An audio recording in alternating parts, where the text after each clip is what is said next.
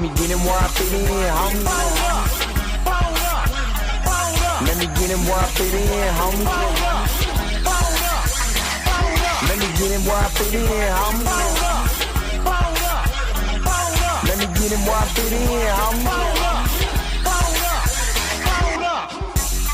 Who am I but I'm Dre Mac? Came into the game just to spit facts. Into the space that I'm in. They call me Bobby Drake cause I'm cold with the pen.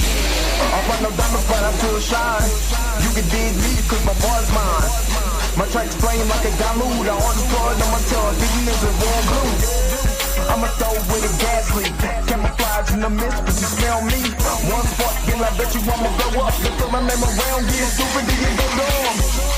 No rest for the weary. A rest is thinking in his man, but you can't see me. You'd rather drink than go pull up. I'm drinking knife through the game, homie. Let me get him where I fit in, homie. Let me get him where I fit in, homie. Let me get him where I fit in, homie. Let me get him where I fit in, homie. I came to eat at the a la carte. Got stripped of a bear, call me brainstorm. Then I come together like a Voltron. Then I poured all the planks, you use Decepticons. Fake rappers to the streets like Cobra. 80s they before they like. Up in the storage and I'm E-man. Up, down, man, I'm cheap. You a beast, man. I take a beat in. Ninja Turtle rap, Turtle Clans, get defeated. Hot in my ride. You can call me Night Rider. You can never stop me, cause I'm a guy bomb. Bad attitude like Maracas. My whole team's an A, and I bet you can stop us. LL bad when I go and show up. You can hear the haters in the back. Let me get him where I fit in, homie. Let me get him where I fit in, homie.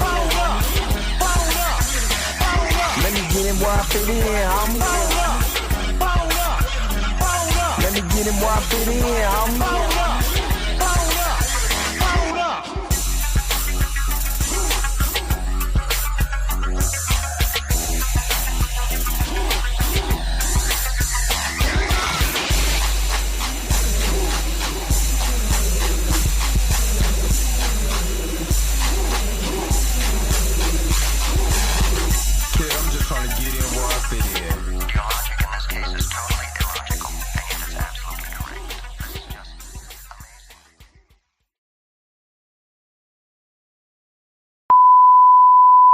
This is a test.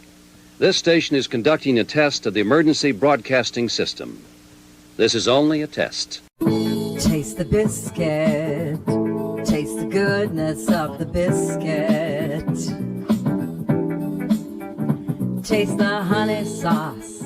Taste the goodness of the biscuit with the honey sauce. Don't get that honey sauce on me. I don't like the way it tastes with my chicken wings. We return you now to your regularly scheduled program. What's up? What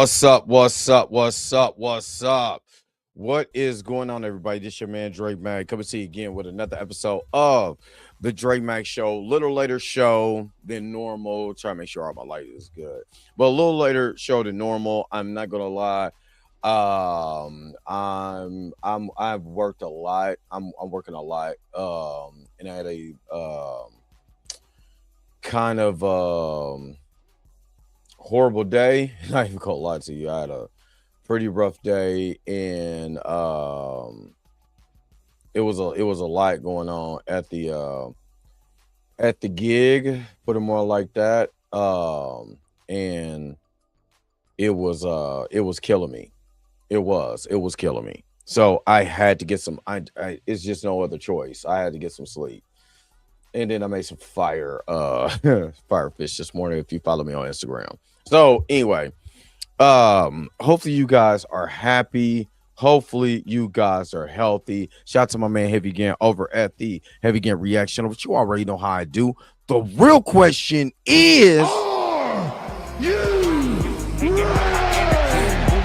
are you hating on my energy? Say why you hating on my energy? I don't think you wanna be my enemy. All right, all right, all right, all right. So real quickly, I'm gonna go and see who is all in the house because I really can't be on here that long because after that, I gotta go to work. I gotta go work. So God, I want to say, I want one day for me not to say I gotta go to work. But happy Friday the 13th, all you Jason Voorhees fans. Most definitely, it's Friday the 13th. And so, Webby Things, what's up? Torian, what's good? What's good? J. Carter, what's up? What's up? Finally getting to the video. Krisha Key, what's up? What's up? Good evening, good evening. Andre Ware, what up? X-Man, Xavier Phoenix, what's up? What's up? What's up? Good evening. She was not a robot, the admin. What's up? What's up? What's up, Pam? Hey, we'll see you later, Pam. I'm glad you stopped in here. Make sure that y'all guys are checking out Pam Entertainment TV too. Make sure you guys are doing it. Let me see. The Village Brother, what's up? What's up? D Stizzle, the admin, what's good? What's good? What's good? Let me see. Is that how do you pronounce? Is it Rochellis or 612? I hope I said it right. If I did, my apologies. What's up? What's up? What's up? Marley Mars up here. What's up? What's up? What's up?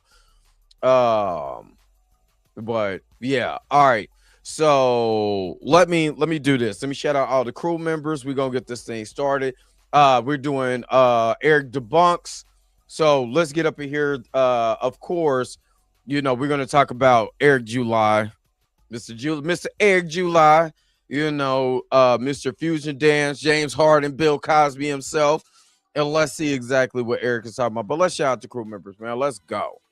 Hold up. Wait a minute. Wait. Whoa. Stop everything you're doing. Go and hit that like button. I know this is probably your first time watching and you probably enjoying everything. Stop fucking on the channel and go and hit that subscribe button so you never miss one of my videos or one of my morning live streams. And for only $2.99 a month, you know you can be a part of the crew. And shout out to all my crew members that have been holding it down for Dre Mack and the crew since the beginning. All right, back to your regularly scheduled program, now in service. Go. Bye.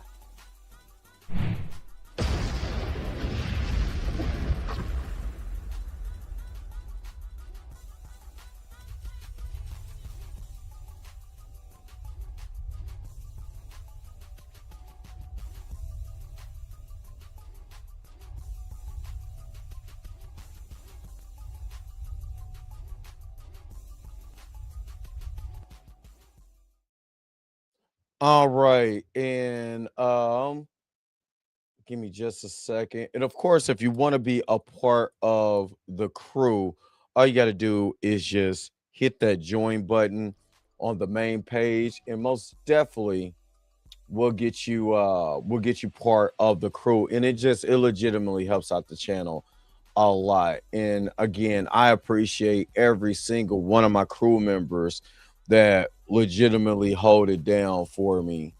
You guys are amazing. Okay, golly. Hey, there we go. All right, so give me just a second. We're gonna go ahead and pay some of these buttery biscuit minutes. You know what I'm saying? And then we're gonna get into it because again, I don't have a lot of time, but I'll be right back with more of the Dre Mack Show.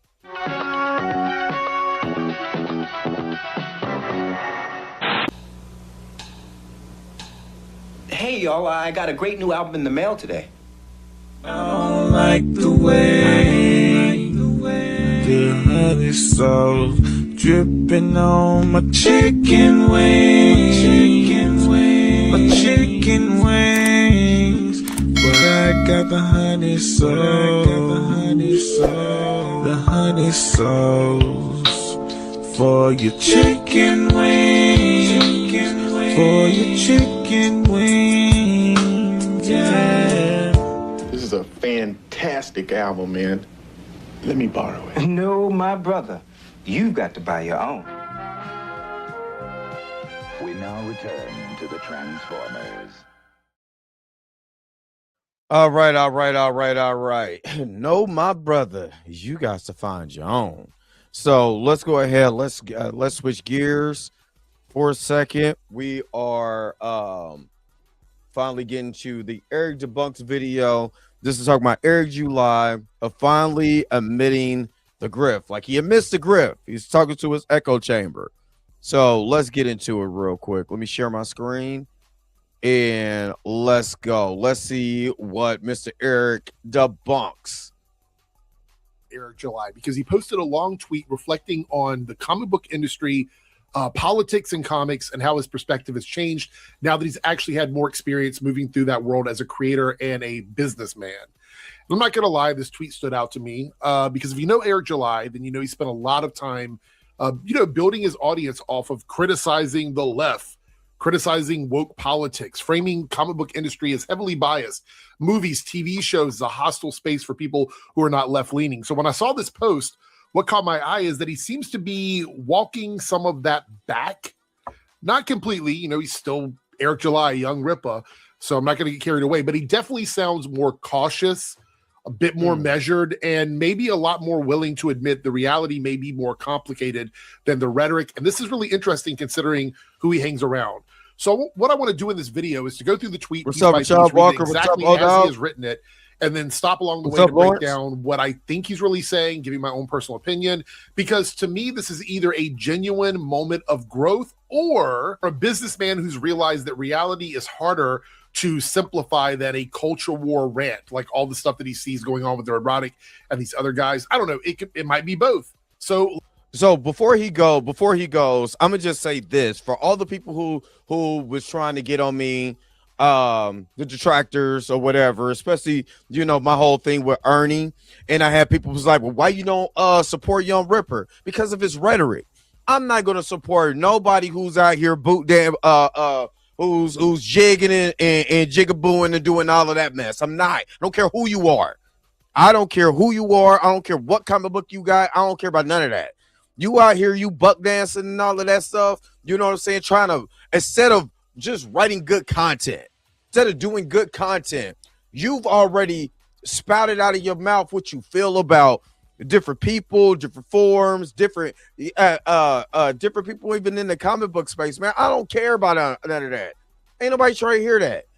You know what I'm saying? You trying to make this super conscious right-wing book does not help. That's just like if someone was doing a super conscious left, if it's just based on the political landscape of the left or the right, I don't care. I'm not about to read that. Make a story where I can understand your point of view. That's it. You know what I mean? And you ain't got to go on a crusade against the left. But then you get into this comment space and you realize those far right wing talking points do not carry over into real life. It's the internet, not real life, bro. It's not. It is not. This is real life. And you have to be a good creator. You have to tell creative stories. And you have to tell stories based on actual real life. Not what you think real life is. These are the things that are going on in real life. And all of these talking points from far left wingers and far right wingers is not real life. It's not. I'm sorry. It's not. There is a fine line down that middle that you could tell a story on. It is.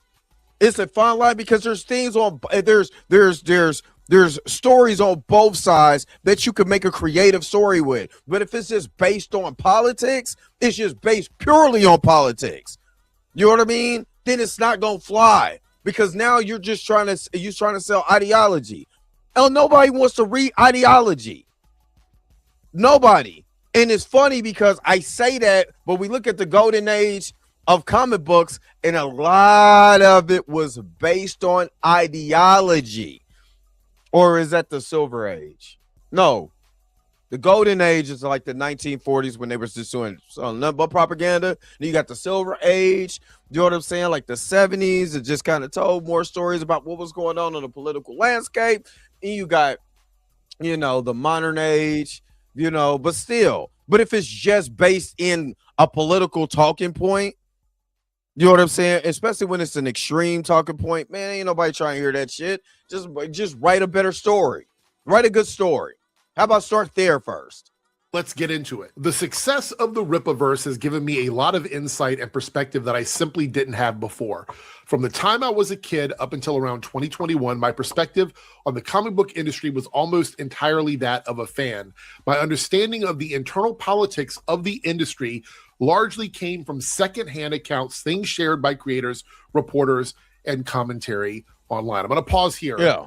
Right out of the gate, this is actually a bigger admission than I think some of his audience may want to admit. Because what he's saying here is that for most of his life, and even up until relatively recently, his understanding, this is important, of the comic book industry came from the outside looking in. And this is big. And this is the reason why we go after Grifter so bad, because you know, because when you look at when you a lot of times when you hear these guys, they're just repeating rhetoric. They don't know nothing. Just like when we did the Critical Drinkers video, or you know what I'm saying, from the Birdman, and the Birdman clearly pointed out this dude did not watch this movie. You could clearly see it and watch this movie. Then you took the bootleg version and tried to make something out of it. Like, what are you doing? But again, this is the grift. So I want to hear what Eric has to say. Let's go. One of my biggest complaints about Eric July and everybody else in this space is they are outsiders acting like they have some sort of internal knowledge that makes them experts on things. And I'm going to be real here. That would not be a huge deal if he were just some random fan with opinions. But Eric has built content and commentary around all these narratives.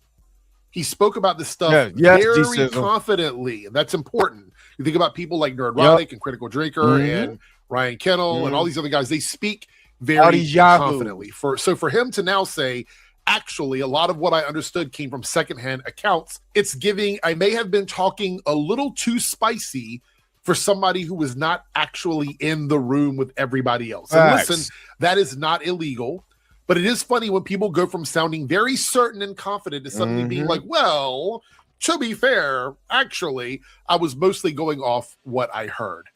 All right, let's continue. Which is I will give Eric his props. He's admitting that.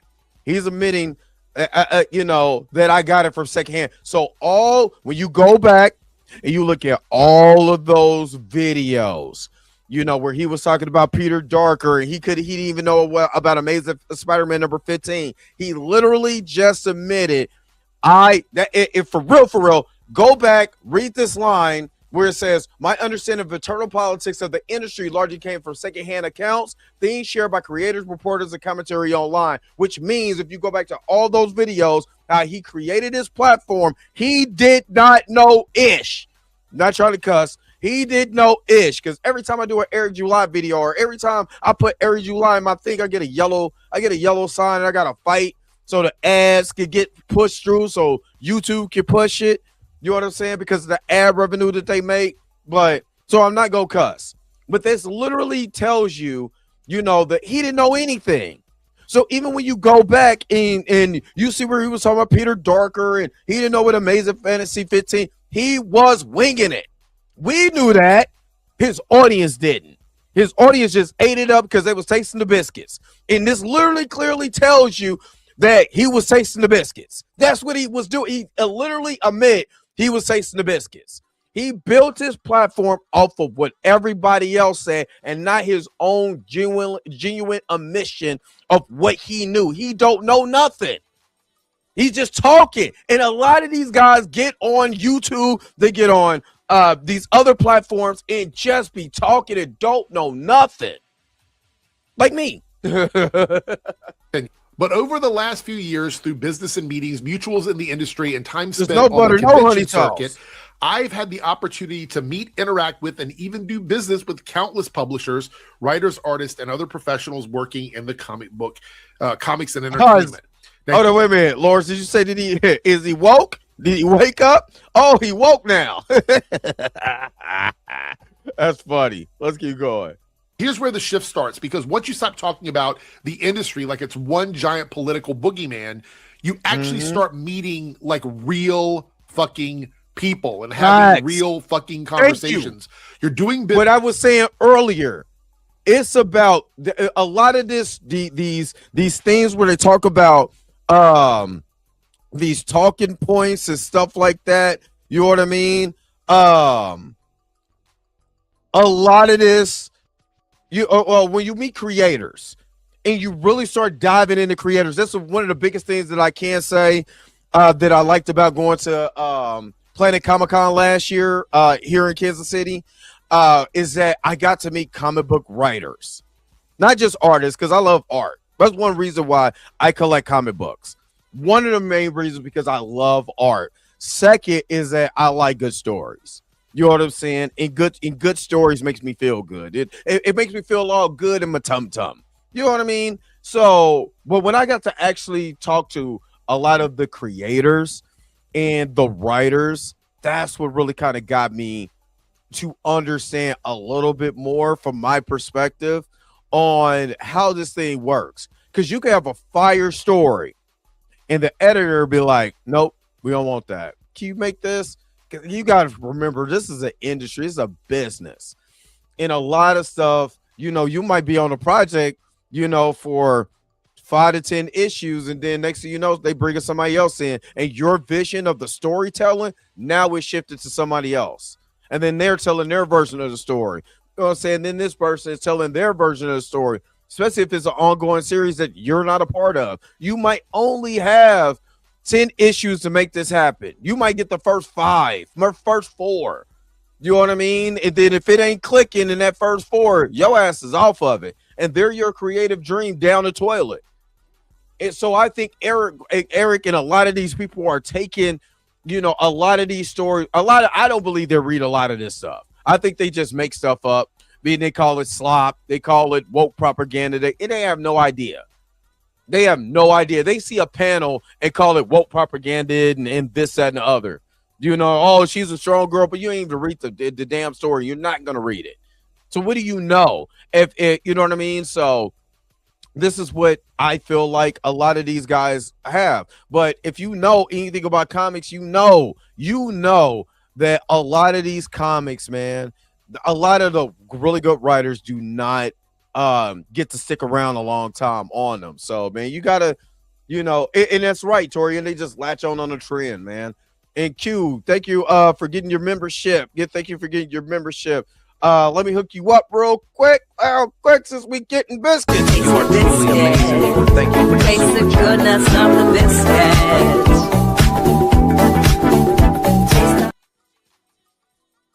All right. Let's keep going. Let's keep going. Business, and you're existing in those spaces face to face, and things tend to get more nuanced. And this is something that I've said over and over and over again, that this online space, the culture war stuff that happens here on YouTube and on social media, is not real life. And I wish people would stop taking it that way, because it's absolutely stupid, it's annoying, and it's frustrating.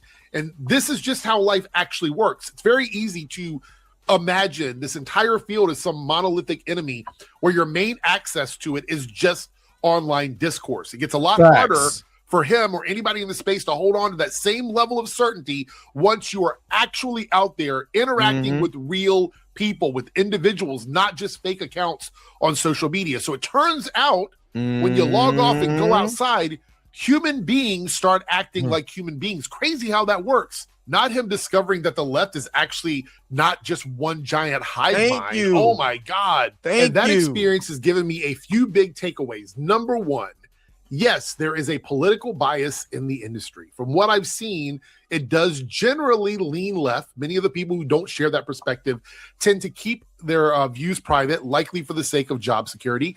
Meanwhile, those who feel comfortable speaking openly about their politics often lean in that direction. That said, the level of persecution I initially imagined doesn't seem to be as widespread as I once believed. He waking up, ladies and gentlemen. He's waking up. He's waking up, ladies and gentlemen. Eric July, everybody. Let's go, Eric. Let's go. Q, you good? You are as good. But this, yes, there is political bias in the industry. Ding, ding, ding, ding, ding. There's political bias in every industry.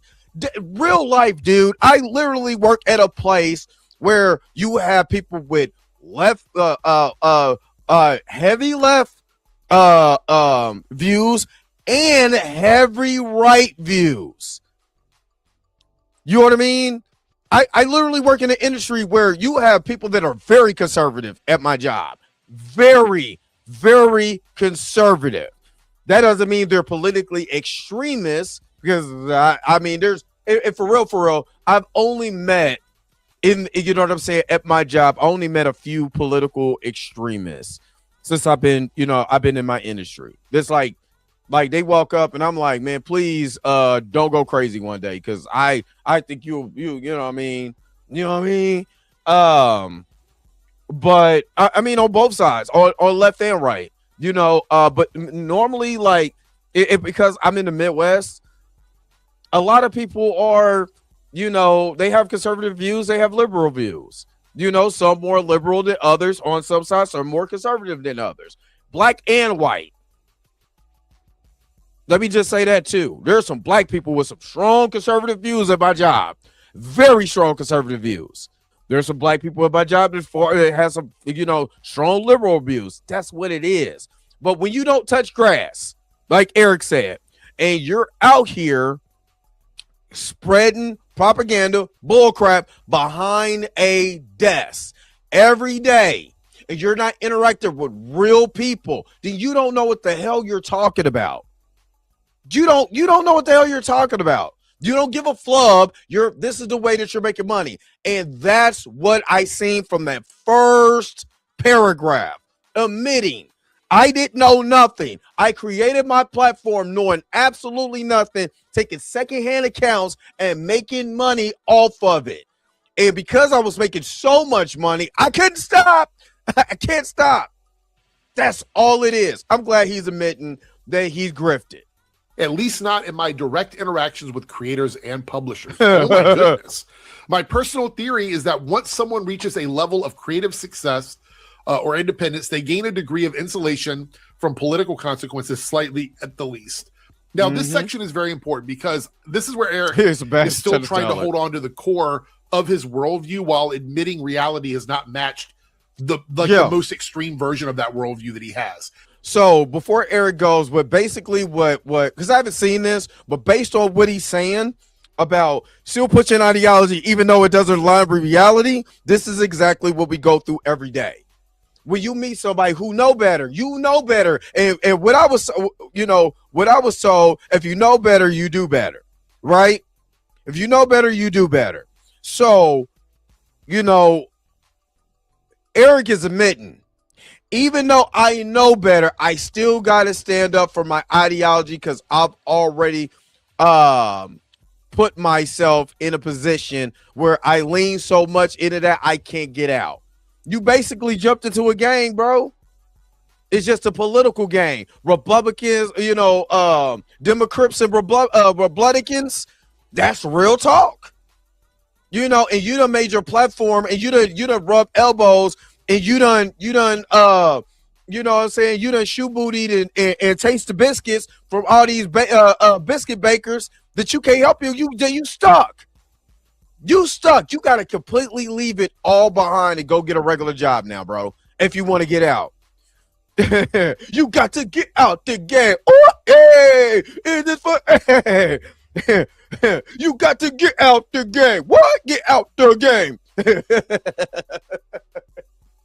He still says the industry leans left. Okay, sure. Fine, whatever.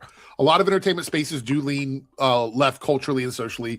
That's not really some shocking revelation. I wouldn't even totally disagree with him. But the key line is I don't believe it's so heavily left. I believe it is left leaning, more liberal leaning. I would say this because I hate the left and right talking points sometimes. So let me just say this. I know he was a, you know what I'm saying? He has some good rock music. You know what I mean? Not even gonna lie to you. I listened to some of his music. I'm like, hey, this ain't bad. You know what I'm saying? Like, being honest. But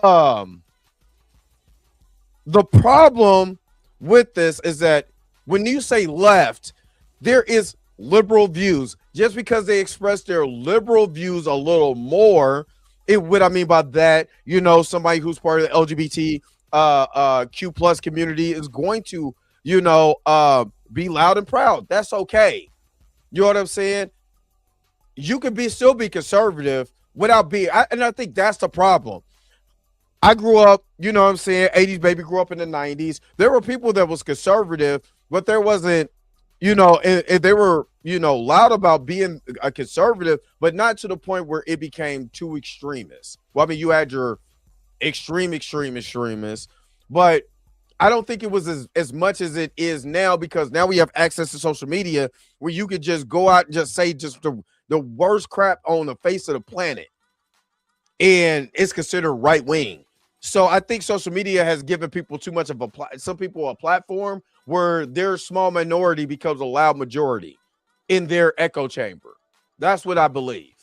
The level of persecution I initially imagined doesn't seem to be as widespread as I once believed. That is the real headline to me in this whole segment, because a lot of the young RIPA Eric July branding has leaned into the idea that the left-leaning people in these spaces are aggressively punishing dissent on the right, shutting people out, pushing people away, and creating this environment of ideological persecution. And now he's saying maybe that was overstated. So basically, yes, the industry leans left, but quite possibly, maybe it's not the full-blown authoritarian nightmare that he has painted as a narrative to put into the head of his viewers. Fact. And I'm sorry, regardless of what the people in his comment section might believe, this is a meaningful walkback of that stance. It's not just a tiny detail. It's a very big deal. I also want to touch on the part where he says that maybe success insulates people from consequences. He would have. And, to be fair, there is truth to that. If you have your own audience, your own money, your own business, your own platform,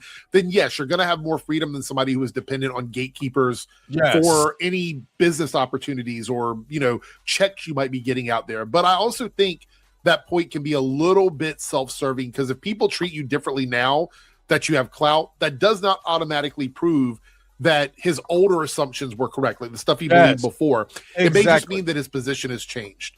And and to piggyback off of what he's saying, that he believed what he was saying, but he believed it from secondhand account, and he found out I can make money in this, and that's why he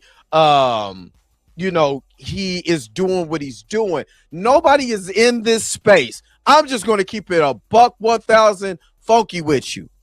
Nobody's in a creative space if they're not there to make money. Let me say that again. We're all in here to make some type of revenue. If somebody says that, they're full of crap.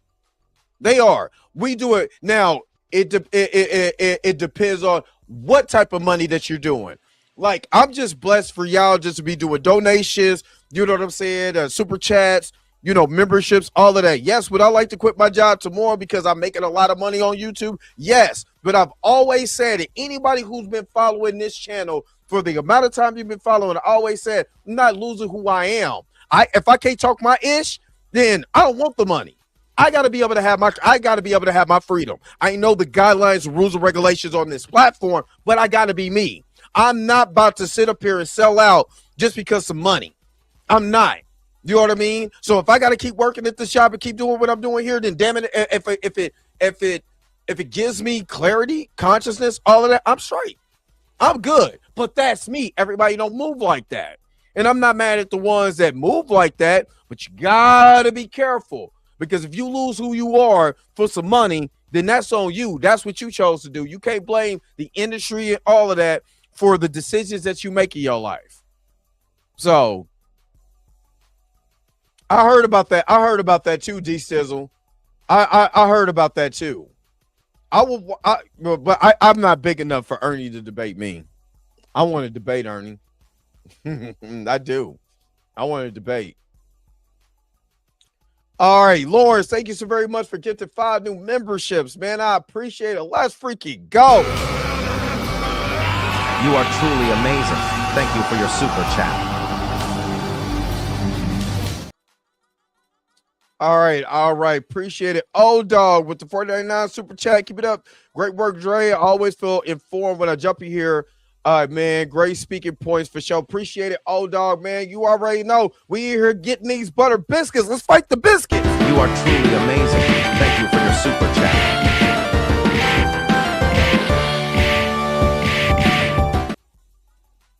All right, appreciate it. This also, what I just thought about this too, and I'm glad I brought Tyrone Magnus's video up. Have you ever noticed? Oh yeah, I know I'm a clout chaser. I'm now chasing clout. But it wasn't clout chasing when I did his when I did his anti-grifter video. Wasn't clout then, but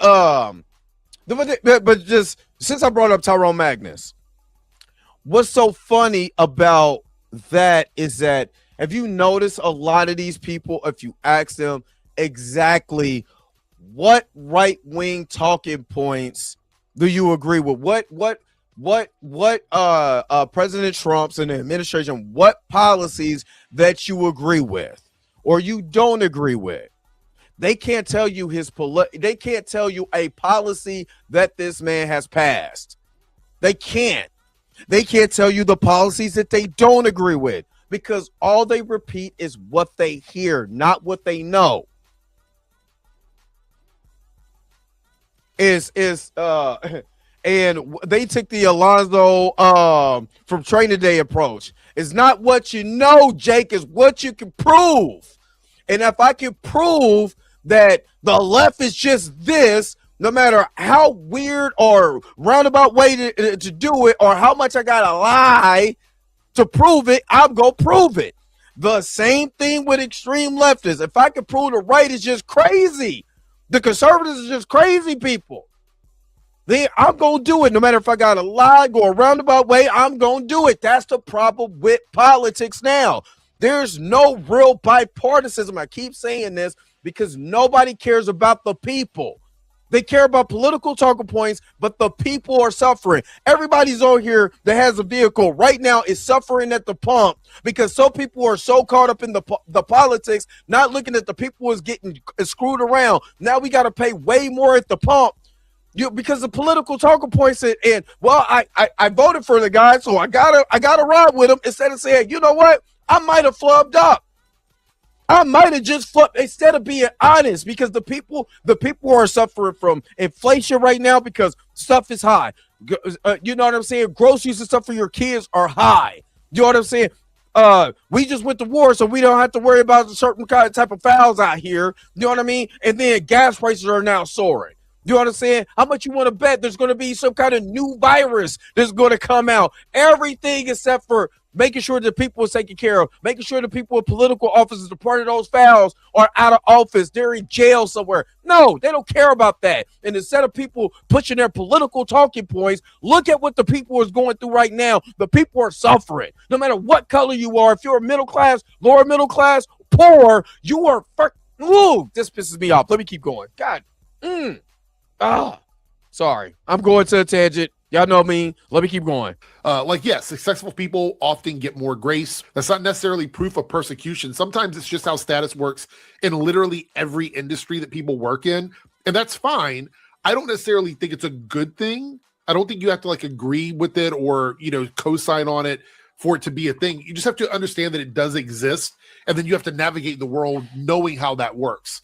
Anyway, let's continue. Number two, my personal interactions with industry professionals have been overwhelmingly positive, especially in person. I've had the opportunity to speak with a lot of well-known and accomplished creators and decision makers in publishing, and nearly every interaction has been respectful. Oh, imagine that.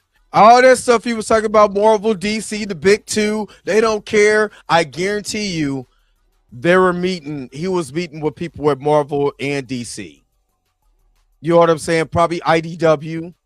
You know what I'm saying? Boom Comics, these other places.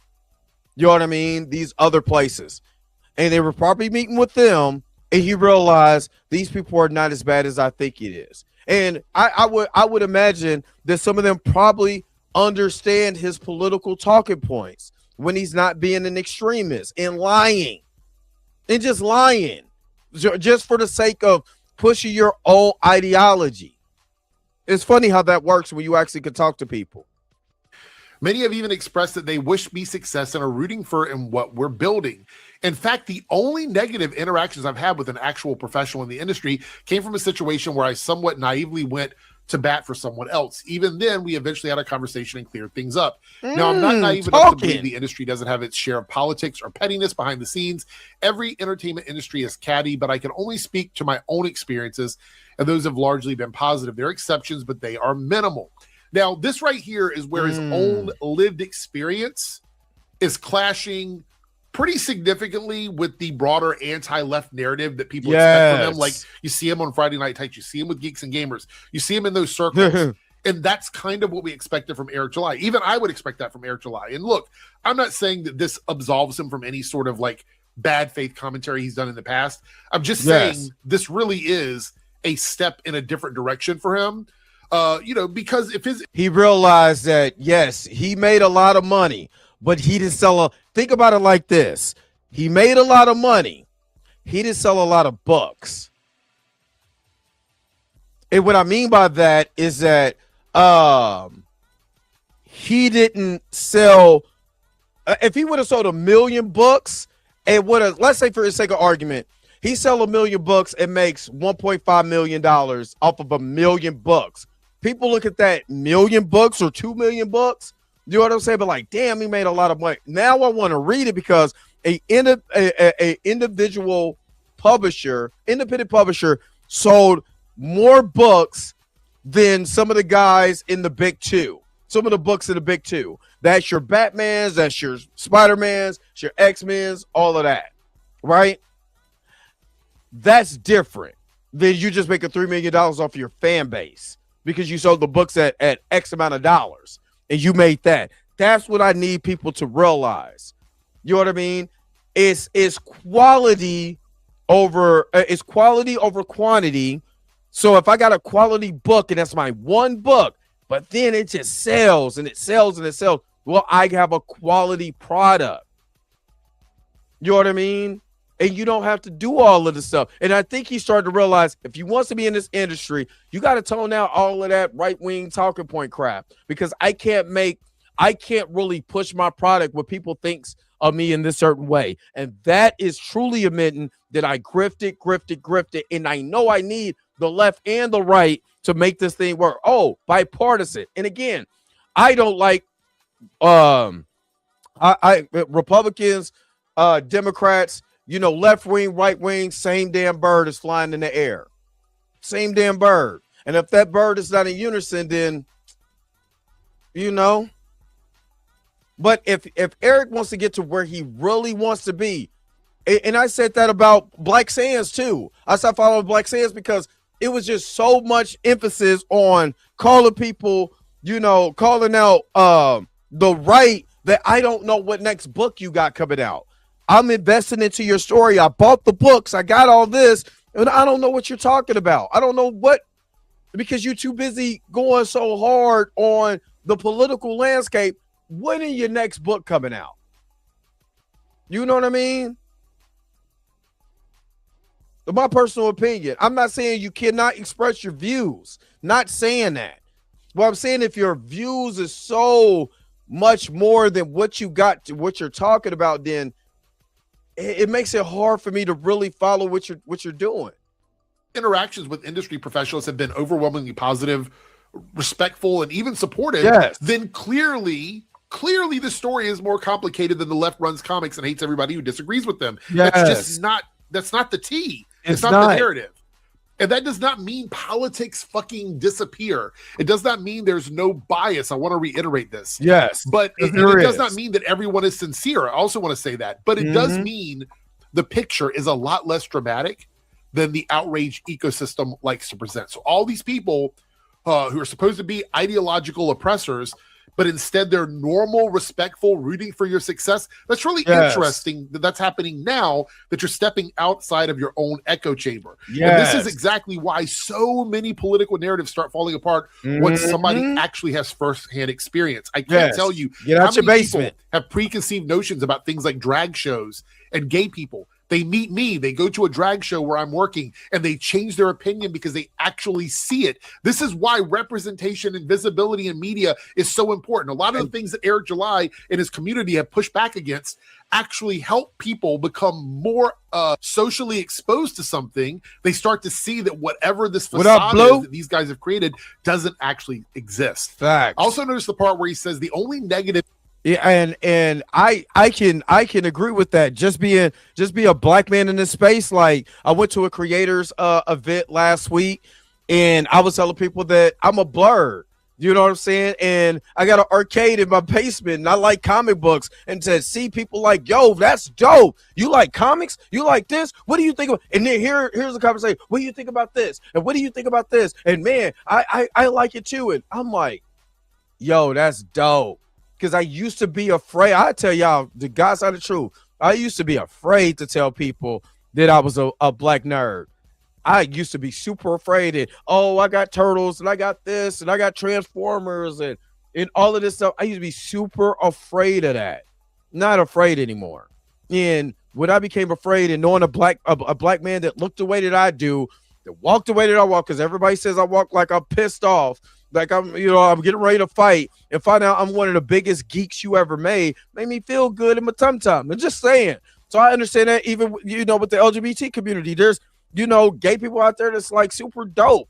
You know what I'm saying? I don't care if you know what I'm saying, if what you do in your private life. I don't care. Are you a good person?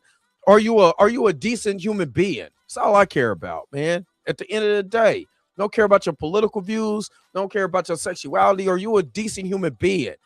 And do you care about people? That's all I care about. The interaction he had came from a situation where he somewhat naively went to bat for someone else. And even then that got worked out after a conversation. That is telling, because again, that sounds less like some giant ideological blacklist and more like regular people drama, shadiness, regular conflict, and maybe some bad judgment in a specific situation. So it's not a leftist witch hunt. It's messy entertainment industry behavior. It's facts. Groundbreaking. Every field has petty people. Yes. Every field, every group of people have cliques. Every field has nonsense. That alone does not prove some grand political conspiracy. This is very important. And this here was why I wanted to make a video about this specifically, but we're going to continue because there's more here. Number 3, this may be the most controversial point because I spent most of my life as a fan outside the professional circle. Like many of you, much of the information I believed about how people were treated in the industry came from second-hand accounts. And if I'm being honest, I trusted many of those stories, especially when they confirmed things I already suspected. I even created content based on accepting some of those accounts at face value. Looking back, I'll be the first to admit that was naive. Now, here's where things get really wild. You hear that? I knew it was naive. It's stupid. You cannot build an industry with hate in your heart. If you got hate in your heart, let it out.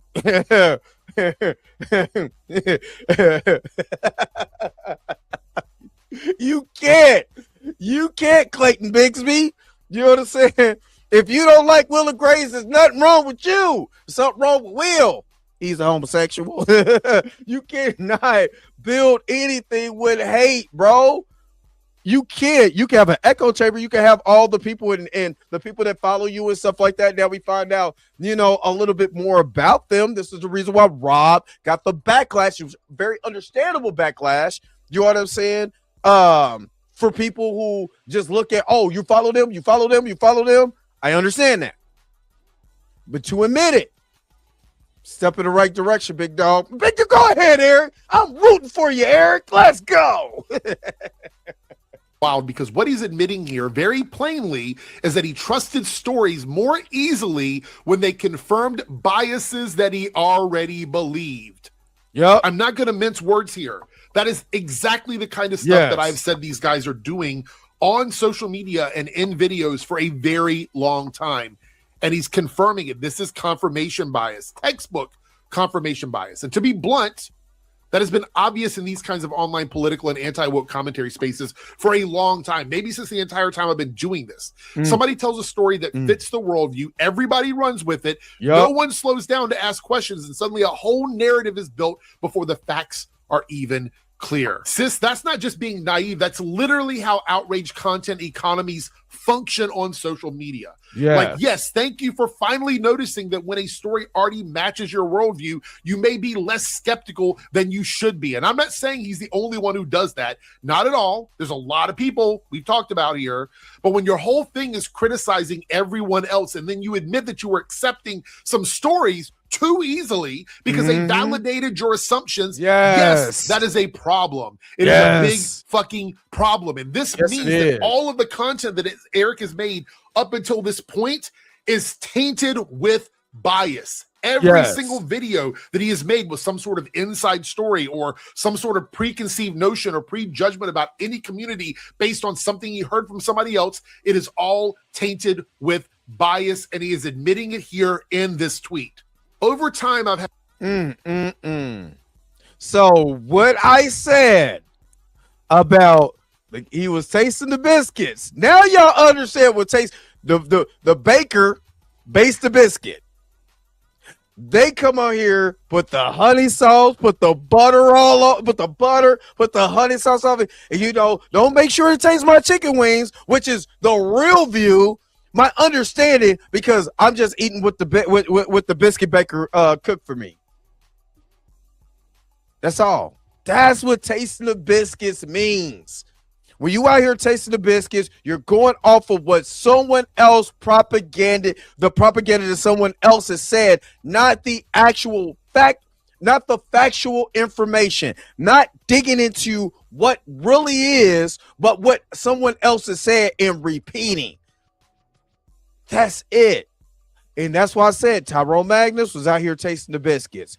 You know what I'm saying? Ernie out here tasting the biscuits with the recast of challenge. So just tasting the biscuits. All the anti-recasters that fight so hard, tasting the biscuits. You know what I'm saying? All these people out here tasting the biscuits. They don't want to research. They don't, because researching is too hard. This is easy to repeat it. To repeat propaganda is easy. You know what I mean? So, Jada, for me, you're right. If you don't want to find out information on your own, that's why anytime that I do these reaction videos, I always try to bring up the information. Why? So I'm not just talking out the side of my ass or the side of my neck, talking out my ass. I'm going to bring up the information so we can see it together. What does it really mean? And if I'm wrong, I'm wrong. I can admit that as a man, taking accountability. But a lot of these people don't want to admit or anything to take accountability. They don't. But if I can make money just doing this, why not? And that's why all money ain't good money. Had long conversations with people inside the industry, some who were close to the situations and individuals involved in exits. Many of these conversations were people trying to address statements I've made in the past, which I actually respect. According to them, the narratives around some creators being pushed out in the industry for political reasons weren't always accurate. In some cases, they claim it came down to professionalism issues. In other cases, departures were voluntary. This is what we talked about with Bo DeMayo. This is what we talked about with Bo DeMayo. So, exactly. Huge, because now he is directly admitting that some of the stories about creators supposedly being pushed out for political reasons may not have been true, or at least might not have been the complete story, not the whole story, very one-sided. And that is a major problem for the kind of simplistic worldview that fuels a lot of culture war commentary. This is literally like 101 outrage content stuff, because they got pushed out because of politics. Is a very emotionally satisfying narrative, and that's where they hook you. It's clean, it's dramatic, it's very easy to weaponize. We've seen it here on YouTube, we've seen it on social media.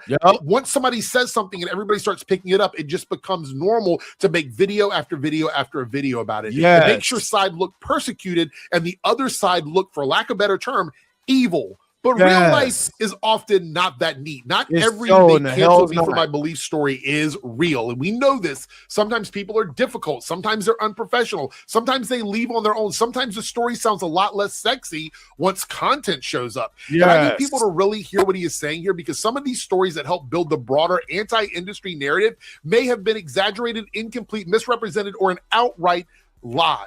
And he's admitting it here in this section. Now, those people could be wrong or even lying. Absolutely. That's always possible. But what I've ultimately realized is that without clear receipts or firsthand knowledge, it's difficult to conclusively accept one version of events. And this is where that's also when it comes to politics.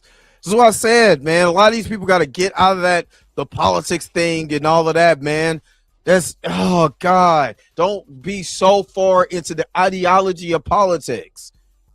Don't be so far. Get the research, find the research out, get the information first, and then base your information that you say based on facts, not just your own political worldview and what somebody else said. Man, my man is Eric is cooking. Let's keep going.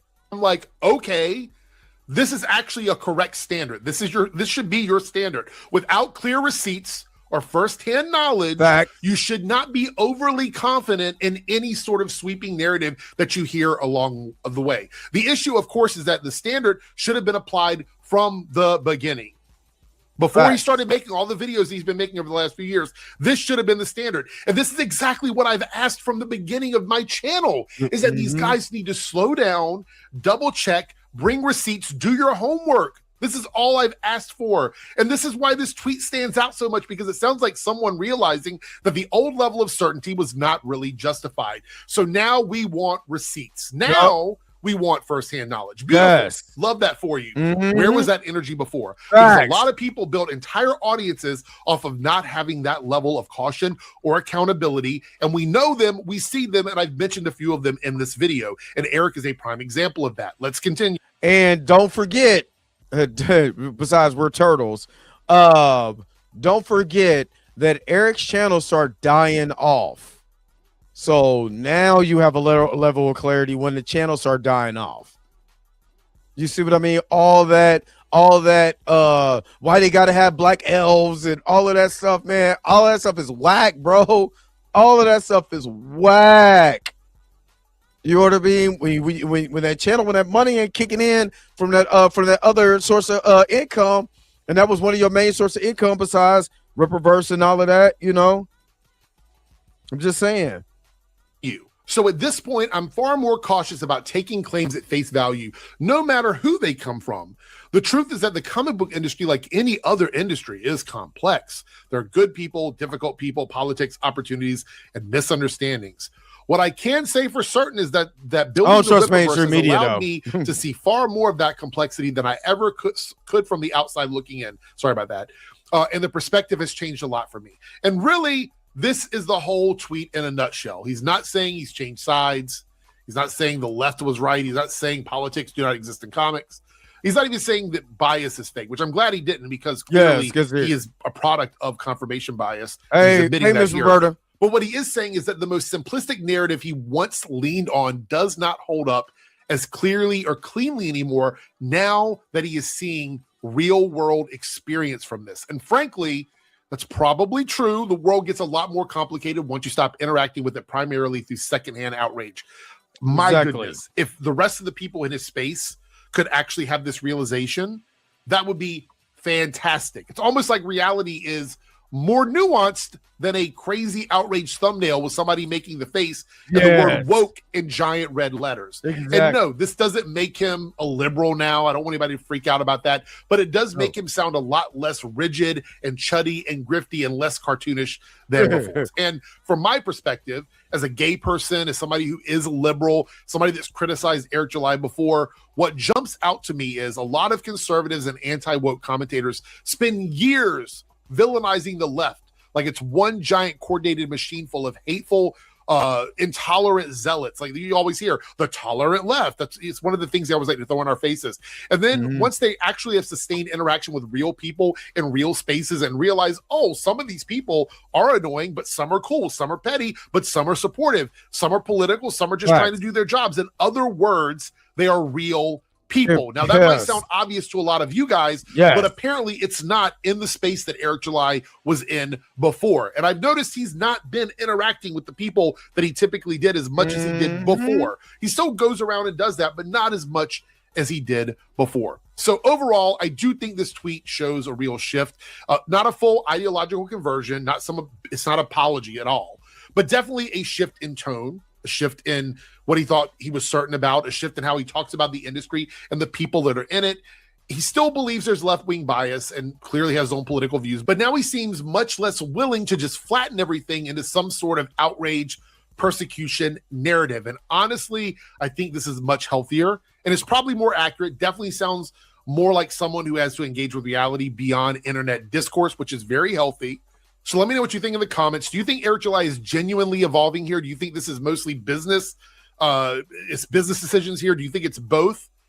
I don't even know anymore. I'm not saying I trust him and I'm going to stop looking at his content to see what he's doing, but the proof is in the pudding. We're going to see what kind of content he continues to put out and if this tweet actually is a reflection of the values that he held before versus the values that he has now.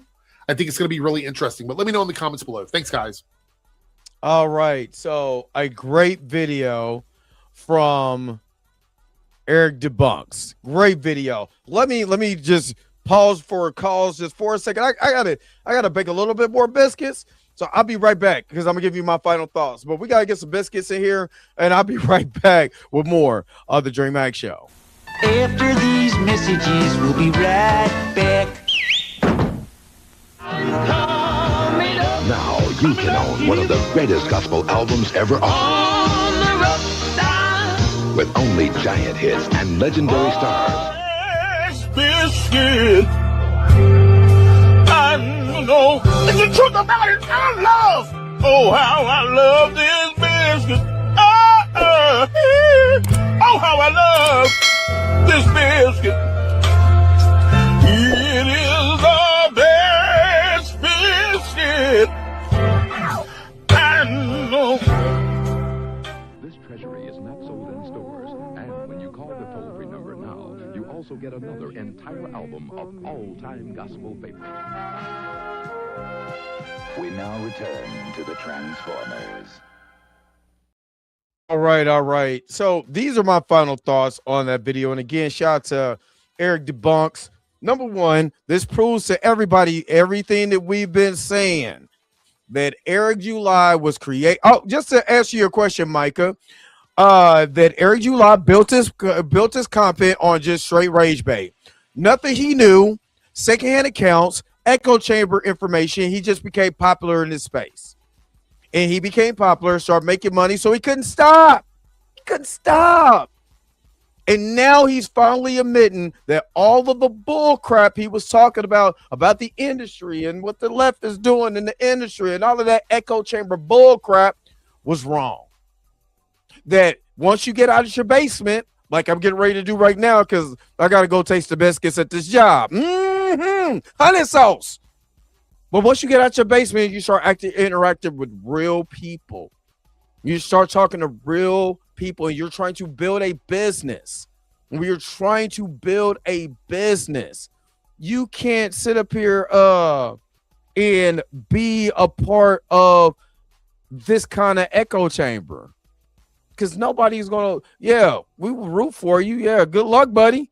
But how far are you going to go when you're still pushing this rhetoric that you don't know nothing about? Because you don't. I don't hate the guy. I just want the guy to stop tasting the biscuits. I don't hate nobody because I don't know him. You know what I'm saying? I make fun of you, but I don't hate him. You know what I mean? But I don't like the rhetoric he was pushing. Now he's finally admitted the rhetoric I was pushing is because it was a thing to do. It was trendy. But now that I'm in there, you know what I'm saying? Now that I've seen it for myself, you know what I mean? Can't do that. You know, So I hope Eric starts to grow. I honestly wish nothing but the best for dude, man. Just stop this buttery biscuit activity and we'll be good. But what do you guys think, man? Put it in the comment section below and let me know. Of course, I had to get some rest today. Hold on, wait a minute. I suppose he did what he did then, but he makes straight comics now, though. I'm just because you're admitting that you're wrong doesn't mean I have to buy your product. Just because somebody said, "Oh, Nazis were wrong, we're changing our ways," doesn't mean I have to go up here and buy the propaganda that you buy your product now. That's my choice. You have to live with your consequences. There's cause and effect. And just because you're admitting something doesn't mean there wasn't reconcilable. It doesn't mean it was damage not done. Since I couldn't, it was already, you already did it. You know what I'm saying? You gotta live with the consequences that you made. You gotta live with the bed. If you dirtied up the bed, you didn't make it up. You gotta lie in that bed. Yeah, whatever. Reprehensible. Yes, that's what I meant. But anyway, y'all put it in the comment section and let me know what you guys think about this particular video. On the way out, make sure you get the likes up. But don't forget to like, share, subscribe. And don't forget to hit that bell notification so you never, ever miss one of my videos again. Until next time, I'm going to holler at you guys later. Peace and vibe higher, man. Enjoy your guys. It's Friday the 13th. Where's my, and the St. Patrick's Day and all of that. Where's my outro at? Look, what I got to do? I got to for the outro at, because you already know. I got to go taste the biscuits. Wait a minute. You're telling me the video's over? What? Okay, I guess so. If you have came to this portion of the video, thank you so very much for sticking to the end. Don't forget to like, share, and subscribe. Don't forget to hit that little bell notification so you never miss one of my videos. And if you really want to, you don't got to, go ahead and follow the social media links that's down below. Until next time, I'll let you guys later. Peace and vibe higher, y'all. Y'all take care of yourself.